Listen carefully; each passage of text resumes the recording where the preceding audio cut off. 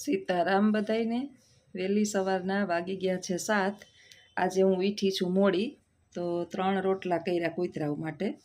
મારે રોટલો કે રોટલી અત્યારમાં નાસ્તો કરવો નથી, ગાંઠિયા આવવાના છે એટલે રોટલી નથી બનાવવાની।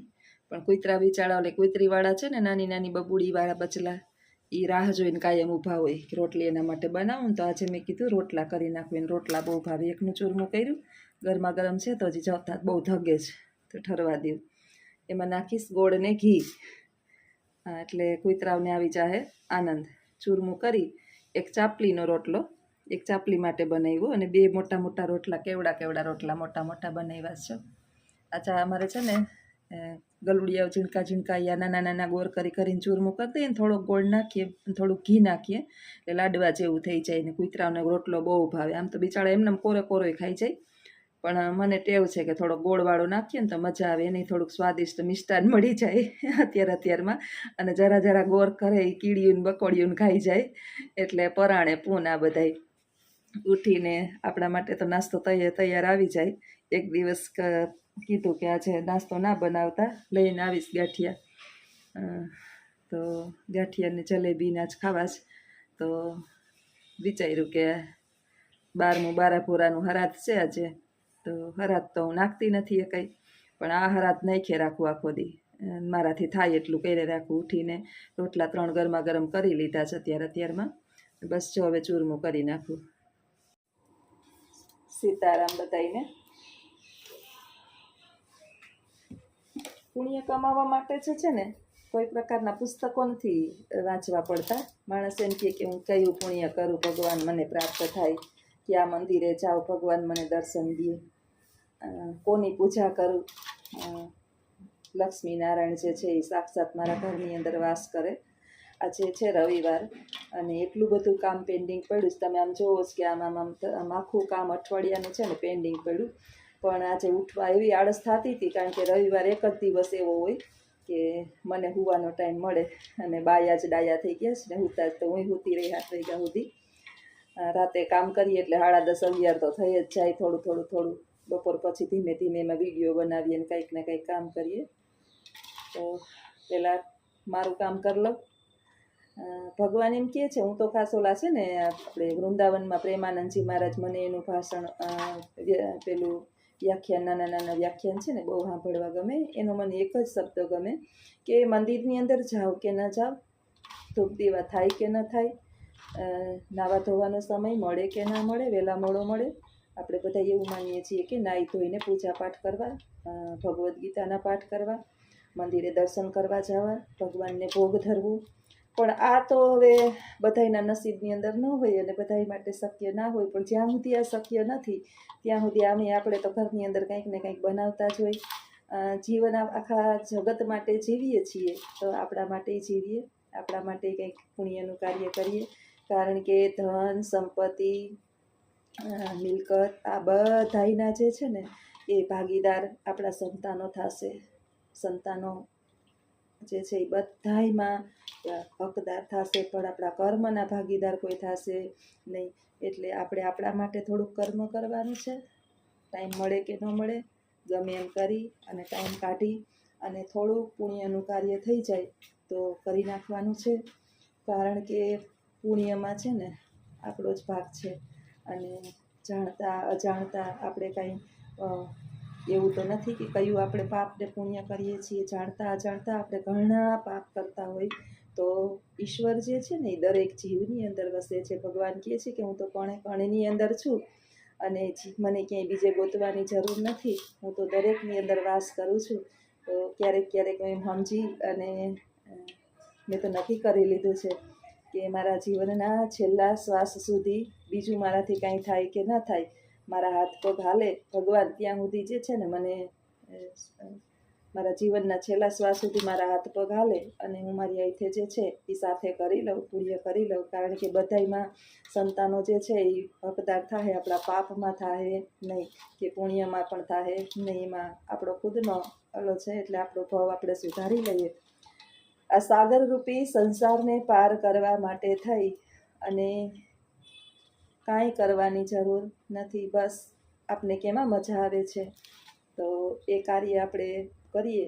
આપણા માટે તો આખું જગત કરે, પોતાના સંતાનો માટે તો આખું વિશ્વ અત્યારે તનતોડ મહેનત કરે છે પોતાના સંતાનોને આગળ લઈ આવવા માટે, એની ભૂખ તરસ છીપાવવા માટે થઈને, એના શોખ સુવિધા પૂરા. બિચારા મૂંગા પશુ જે છે એને કોણ કરશે? એનું કોણ છે? એ ભૂખા થાહે તો ગાય હશે તો ઉમરામાં આવીને બિચારી ઉપસે, કૂતરા હશે તો પૂંછડી પટપટાવશે આપણને જોઈને. એને સ્વાદિષ્ટ ભોજનની કાંઈ જરૂર નથી. એને 2 રોટલા કરી દો, રોટલીનો ટાઈમ ન મળે તો જો રોટલીનું મારે નહોતી કરવી તો રોટલીનો ટાઈમ નથી મળ્યો, મોડી ઉઠી એટલે 3 રોટલા કરી નાખ્યા મોટા મોટા. હમણાં પેટ ભરીને એવા બિચારા ખાવા માંડશે કે ભગવાન સુધી આ મારો અવાજ જે છે એ પહોંચી જશે. એટલે ઉઠીને આજ વિચાર આવ્યો કે આજ કરી નાખું અત્યારમાં, અને ચૂરમું કરી અને ગલુડિયાઓને એની માને દઈ આવું. ભગવાન માની લે હે કે જ્યોત્સનાબેને જે છે ને એ અત્યારે હરાધઈ નાખી દીધું, મારી પૂજાઈ કરી લીધી અને મારા ભગવદ્ ગીતાના પાઠય કરી લીધા. અને આ બા છે ને હજી મીઠા નથી, નહીંતર તો હું કુતરાની પહેલાં બાને દઈ દઉં. સૌથી પહેલાં બાને નાસ્તો દઈ દઉં, પછી આ ગલુડિયાનું કરી આવું, અને પછી છેલ્લે સ્કૂલે જવા માટે અમે 2 જણા પહેલાં નાસ્તો કરી લઈએ. હું નાસ્તો ઉઠીને કરું જ, ભૂખી કોઈ દી રહું નહીં. આપણા પેટનું સારું ના કરે ને જગતમાં કોઈનું સારું ના કરે, એટલે મને ભાવતું જ હું બનાવું બધું. અમને 2 હસબન્ડ વાઈફને જે ખાવાનું ભાવે ને એને ભાવે એ શાક બનાવી દેવાનું, એક દિવસ મને ભાવે એ બનાવવાનું. આવું અમારા હેલે રાખે, એટલે ભગવાનની મહેરબાની છે. અને હાલો હવે ગોળ જો મસ્ત આ ડબલું મેં તમને બતાવ્યું હતું ને, આ છે ને ગોળ એ બહુ મોંઘો લઈએ મસ્ત.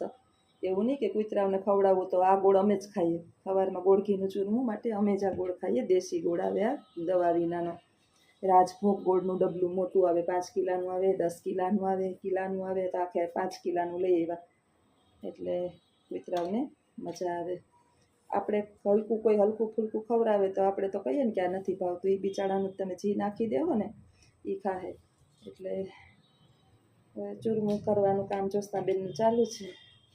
બસ આમ જિંદગી વહી જાય, બુદ્ધિ બગડે નહીં, સ્વાર્થ આવે નહીં, શરીરમાં આળસ થાય નહીં, અને કાંઈ પણ કામ કરીએ તો પહેલાં જે છે એ સત્કર્મ કરવાનો વિચાર આવે. બસ જીવનના છેલ્લા શ્વાસ સુધી આપણે ભગવાનને એ પ્રાર્થના કરીએ. સીતારામ બધાઈને. હાલો ખવડાવી દઉં, ચૂરમું કરી દઉં એટલે મારા હાથ બગડશે. આવજો બધાય. સીતારામ. સીતારામ બધાઈને. અત્યારે વાગી ગયા છે ઘડિયાળની અંદર 4. ચા પાણી અમારા પીવાઈ ગયા છે. બપોરે જમી લીધું હતું. આજે રવિવાર હતો તો બા સૂઈ ગયા, ખબર નહીં કેમ, પણ આજ ફૂલ નીંદર કરી લીધી બપોરે. એટલે બા વધારે નીંદર કરી લે ને તો બાને એમ થાય કે સવાર થઈ ગયું, એટલે બાને થયું સવાર. ચા બનાવ્યો ને તો રોટલી ને ચા બાને ખાવું છે, કે સવાર થઈ ગયું, ચા ને રોટલી દે. મેં ખાલી ચા દીધો તો એ કે રોટલી ને ચા દે. તો હવે સવારનો નાસ્તો કરે છે બા. 4 વાગે, રોંઢાના 4 વાગે સવારનો નાસ્તો કરે છે નહીં. અમે 2 જણાએ ચા પીધો અને બા છે એ ચા ને રોટલી ખાઈશ. ટેસ્ટથી જોઈને કાંઈ છે સવાર પડી ગયું છે બાને.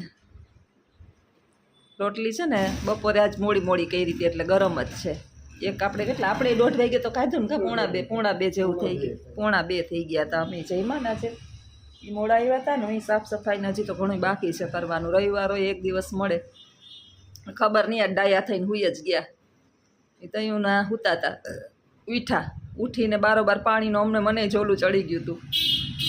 તમને તો ફૂલ ચડી ગયું હોય. ટાંકો ખાલી કરી નાખ્યો ને એટલું બાએ પાણી ઢોર્યું ને ત્યાં સુધી મારા ઘરવાળાની નીંદર ન ઉડી. મારી નીંદર ઉપરથી ઉડી અને હું આવી. હું બા ખંડેર કરતા લાગે, આટલો પાણી નળ છે એ બીજું કોઈ ચાલુ ન રાખે. નીચે આવી તા બા પાણી નળ ચાલુ મૂકીને ત્યાં ઊભા હતા. શું કરતા હોય ખબર નહીં, નળ પકડીને ઊભા હતા. બાના પરાક્રમ અમારે છે ને સામાન્ય ન હોય, અસામાન્ય હોય. હા, ને હવે બેઠા ચા ને રોટલી ખાઈ. હાલો બધાય. સીતારામ. ઓહો, આટલા કપડાં ધોયા સાજે. ઉપર આવી, નીચે કામ થઈ ગયું બપોરનું. આ પાછો વરસાદ થયો, આ પાછી દિવાલ ભીની થઈ ગઈ. આ બારણું તો છે ને હું 24 કલાક ખુલ્લા ને ખુલ્લા રાખું, નહીંતર તો રૂમ છે ને એ બાટ જેવો ગંધાય એકદમ. આના કપડાં બહાર જ રાખું, મારા કપડાં અહીં બહાર જ રાખું. કબાટની અંદર તો કપડાં મૂકતી જ નથી, કારણ કે માંડ અઠવાડિયું વરસાદ બંધ રહીએ ને તો પાછો વરસાદ લોહી પી. આજે તડકો નીકળો, પાછો તડકો નીકળ્યો ને તો મેં 2 મશીન કપડાં ધોયા, આટલા કપડાં ધોયા. હવે છે ને ઉપરની સફાઈ બાકી છે. બાઈનું હક ના હોય. આજે છે રજા, તો રિક્ષાનું રિપેરિંગ કામ ચાલુ છે. ખબર નહીં શું કરતા હોય અંદર, ખખડ ભપડ. હું ઉપર આવી ગઈ, બાએ નાસ્તા પાણી કરી લીધા. બા હવે નીચે છે. એ હું ઉપર છું, જરાક નીચે બાનું જોજો, બાને જોજો નીચે, હું ઉપર છું. બહારનું તો બંધ જ, ત્યાં જારી બનશે, હું ઉપર કચરાવાળું. ખબર નહીં રિક્ષામાં કાંઈ કરે છે. હવે કામ છે ને બાયુના ખૂટે જ નહીં, સારું હવાય નહીં, ગંધારું ગમે નહીં. એટલે હવે જ્યોત્સનાબેન છે એનો આરો આવ્યો નથી હજી. રવિવાર છે, સવારના 7 વાગ્યા જ મોડી ઉઠી હતી. 7 વાગ્યાની વાત છે, 4 અટાણે થઈ, 4:15 થયા, હજી મારો વારો આવ્યો નથી નાવા ધોવાનો. હવે આ કચરા પોતા કરી અને નાહી ધોઈ લઉં. હાલો, સીતારામ બધાઈને. કેવી શાંતિથી દૂધ પાક થાય છે. ખીર બનાવી, ભાદરવો મહિનો છે ને તો બધાય હાટું આ ઉનાળામાં ખીર હારી. દૂધ ગાયનું સરસ ચોખ્ખું હોય અને ખાંડને સાકરનો ભૂકો નાખ્યો. સૌથી પહેલાં અમારે આ ચકલી બાઈને, પછી ખાહે બા. કેવી ચૂટુક કરતી દૂધ પી જાહે, બધુંય ચાટી જાહે દાણે દાણો. આ નસીબદાર કૂતરી છે.